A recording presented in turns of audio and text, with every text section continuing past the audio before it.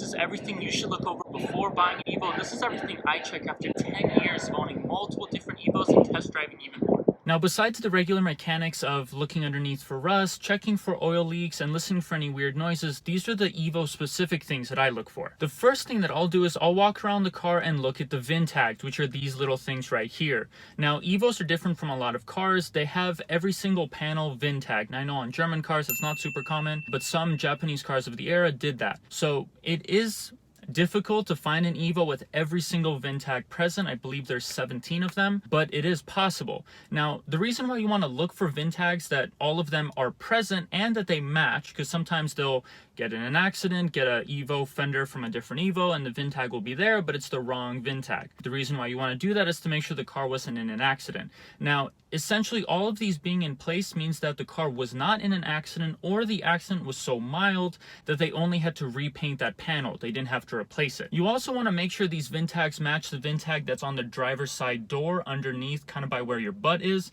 and also the one on the dashboard. Now, the next thing I'll look at is I'll look at the seats. Now, people usually swap seats between generations. A lot of Evo 8 guys will take Evo 9 seats and put them in there. So it's not necessarily which seats are in there, though it is a little strange if you have Evo 8 seats in an Evo 9. It's more about the condition of the seats. Now, especially with these Evo 9 seats, they have like a fake suede Alcantara sort of feel to them. They look very nice, but they're difficult to remove stains. Now, it's not impossible, but it's very difficult. So finding one with a clean interior is kind of important. The next thing I'll look for is look for sun fade. Now, Evos from the factory, the clear coat that Mitsubishi used on the roof and the top of the wing was not sufficient enough to survive even a couple years being out in the sun. So you'll see a lot of Evos with a clear coat on the roof peeling, chipping, or just generally not there. It almost looks like a slightly different color because all of the clear coat has been taken off by the sun. Now, it's the same for the top of the wing. Now, what I'm looking for is, did the owner take the time to actually spend a couple $100 and get the roof and the wing re-cleared, or did he kind of just let it be and they're very obviously sun faded and damaged? Getting a roof and a wing re-cleared isn't the end of the world, but it will cost you a few $100, probably $500 to $600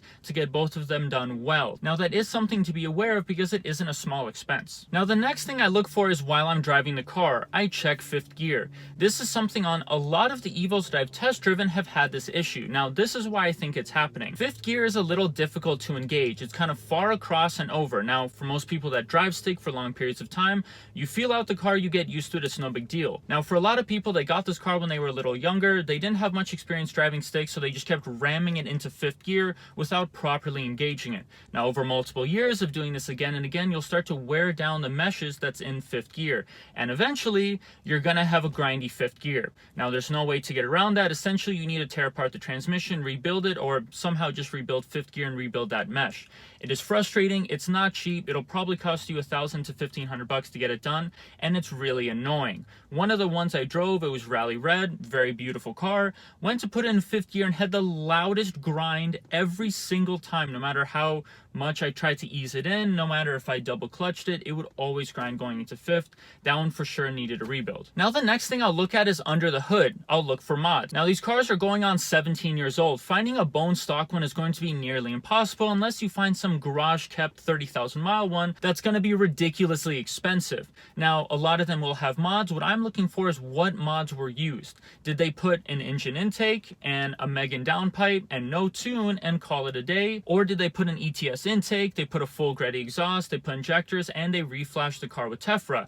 That way, the car's running properly, everything's in unison, everything's meshing together well. Now, the mods they chose tells me how much they cared for the car. If they got cheap mods, they probably cheaped out on other things like maintenance. If they got expensive mods, they probably care for this car a little bit more, and they're willing to put in a little bit more money into it, making sure that it runs well for a long period of time. Now, of course, this is not a perfect science. Some people put a Megan exhaust on their car, and they'll put thousands into maintenance every single year. It's not a perfect science, but it's just something I notice is true most of the time. The next thing to look for is the EGR. Now, let me tell you guys a little story. I went to buy an Evo. The guy said it had some stuttering issues. I wasn't able to figure it out at the spot. I ended up buying the car. We negotiated a pretty good deal. I took it home, continued diagnosing it. It took me a couple days to figure it out. Ended up seeing that the EGR tube just popped off the EGR. I plugged it back in, put a zip tie on it, and the car ran beautifully. Now, because that was my first Evo, I learned a couple things with it. Every Evo after that, I noticed the EGR would pop off at some point during my ownership, or an intercooler pipe would pop off, or both. So that's something you should definitely look for, because that's such an easy fix. You literally just reach your hand down underneath the intake manifold, underneath the throttle body, and you'll see a tube that's just kind of hanging and somewhere to put it, and you just plug them in. That's about it. And when the EGR is disconnected, the car is going to stutter, it's not going to run well, not going to accelerate well, it's not going to idle well, it's going to throw off a lot of things on the car. Now, this is another thing I learned from my very first Evo. Does the AC knob move easily from cold to hot and back to cold? Or do you notice there's a lot of tension, or is the knob just not there? Now, if there's a lot of tension, be careful with it, because it's probably going to go out soon. If the knob isn't even there, that means you're gonna have a pretty costly expense. Now, to get that fixed, it was not a fun process. I basically had to take out the center trim pieces, take out the AC unit, and because the little stock that sticks out of the AC unit is built into the AC unit, I can't just replace the knob. It was replacing the whole AC unit. At the time, I couldn't find any used units, and it was, I think, $750 or $800 just to replace that little unit so I could get the AC to go from hot to cold again. Something you should definitely be aware of. Now, the next one is something I'll look for while I'm test driving the car. Now, does the car accelerate well under heavy and under light load?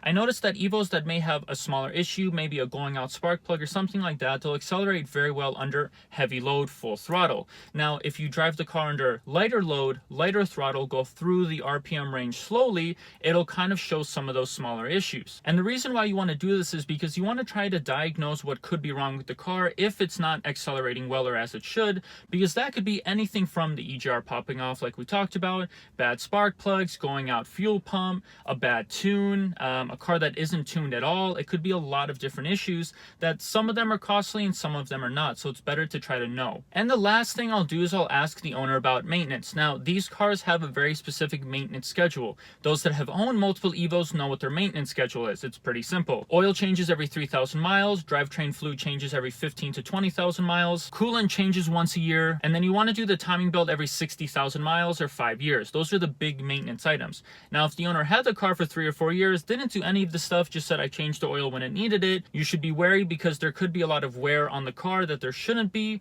or there's a lot of maintenance that you're now going to have to pay and catch up to. Doing a timing belt job on these cars, if you pay shop, most shops will charge you about $1,000. There are also some smaller things, like I'll check the Carfax, but this goes back to just general things about the car. I'll try to make sure there aren't any reported accidents, it's not a salvage title. But besides that, that's everything that I check when I go look at an Evo. Now, because I've seen so many Evos, I start to notice some trends. I can usually notice right away if a car is clean or it's not clean just by a couple minutes of being with the car and talking to the owner. Now, somebody that's never seen an Evo before and they're going to go check one out, it's probably better if you go look at a couple at a dealership, kind of get a general understanding of what clean is and what clean isn't. That way, when you go check out the car that you really love, you know what you're looking for. I hope you guys enjoyed this video. If you have any questions, feel free to drop it in the comments below, and I'll see you guys in the next one.